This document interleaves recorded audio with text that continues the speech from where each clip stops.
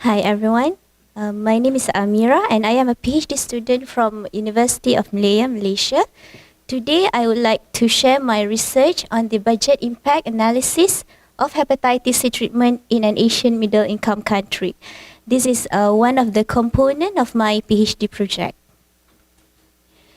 So this will be my presentation outlined. I will begin with an overview of hepatitis C disease, the treatment scenario in Malaysia, followed by the study design, main findings, discussions, and I will conclude my findings at the end of the presentation. As an overview, hepatitis C disease is caused by hepatitis C virus through contact with contaminated blood, such as by sharing infected needles among intravenous drug users and receiving blood or blood product transfusion. So globally, 71 million people were infected with this virus in 2015. So the major burden of this disease is actually come from the complication following the chronic infection. Hepatitis C disease is the leading cause of end-stage liver disease and liver transplantation worldwide. It is also the main causes of liver carcinoma other than hepatitis B and alcoholic liver disease. So historically, interferon-based therapy was the main treatment option for hepatitis C disease. However, this therapy has numerous clinical disadvantages. So since 2013, the landscape of hepatitis C has changed with the introduction of direct-acting antiviral drugs or DAA. Nevertheless, the exorbitant prices of DAA remain as major obstacle for many countries to adopt this therapy at public healthcare settings. So in Malaysia, prior to September 2017, the cost of DAA therapy ranged from $18,000 to $22,000 per patient. And in September 2017, the government has made a decision to issue a compulsory license that allows Malaysia to have access to generic DAA, which is sofosbuvir daclatasvir. At the same time, Malaysia was also included in the voluntary licensing scheme, and now Malaysia has also access to another type of generic DAA, which is sofosbuvir and velpatasvir.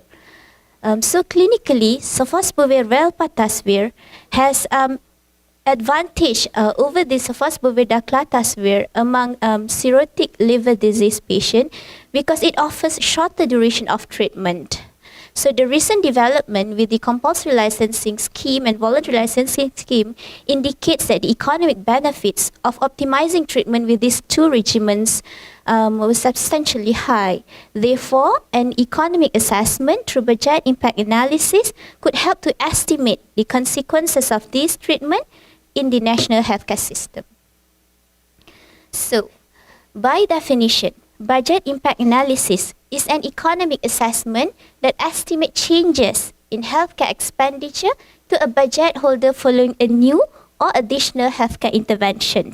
It takes cost of an intervention and multiplies it by the number of people affected by the intervention to provide an understanding of the total budget required to adapt and adopt the intervention.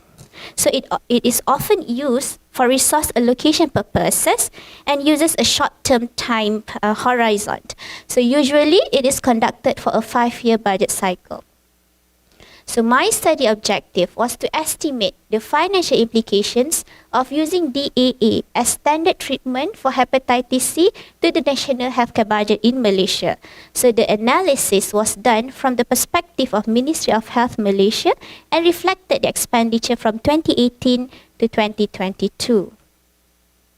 So 2 treatment scenarios were analysed. The first one reflected the current national treatment program with sofosbuvir daclatasvir to all eligible patients, while scenario B reflected a proposed stratified treatment cascade in which sofosbuvir daclatasvir for non-cirrhotic stage of liver disease, while sofosbuvir velpatasvir for cirrhotic stage of liver disease. So we used local clinical data, our also local cost data and published literature as well as expert opinions to populate the analysis. So the first one, the first parameter of the analysis, which is the size and characteristics of eligible patient for DAA treatment.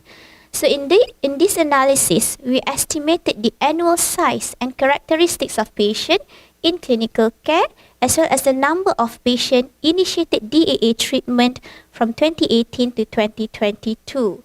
So these numbers are actually estimated from a modeling work that use data from previous works that estimate the burden of this disease in Malaysia. So these numbers reflected the current burden of hepatitis C patient at public healthcare setting, as well as the number of patients that the Ministry of Health Malaysia planned to treat. And this model also incorporate information on the distribution of patients and treatment according to disease stages and clinical pathway of hepatitis C treatment in Malaysia. So, as mentioned before, two different interventions were examined. The first scenario reflected a program with DAA drugs obtained from compulsory licensing program only, while scenario B reflected a program with DAA drugs obtained from both compulsory license and voluntary licensing programs. So for the third parameters in the analysis, we included two types of healthcare costs, which are the disease stage management costs as well as a treatment cost with DAA therapy. So for the disease stage management cost, we estimated the cost based on the patient level data of healthcare utilization at one of the tertiary care hospitals in Malaysia. And for the treatment cost with DAA therapy, we used the treatment pathway from the recent WHO guideline and attached the patient level cost data plus with the DAA acquisition cost in Malaysia. So all costs were reported in US dollars. The price year was 2018. So these are the main findings from this analysis. So we found that the proposed stratified treatment cascade with both compulsory and voluntary licensing program was a cost-saving option in Malaysia compared to the current national treatment program, with a cumulative saving of $1.4 million over the 5 years of analysis. So moving on to some discussion. The cost saving of the scenario B mainly was due to the short duration of treatment with sofosbuvir velpatasvir in cirrhotic stage of liver disease, in which it offers 12 weeks compared to 24 weeks with sofosbuvir and daclatasvir regimen.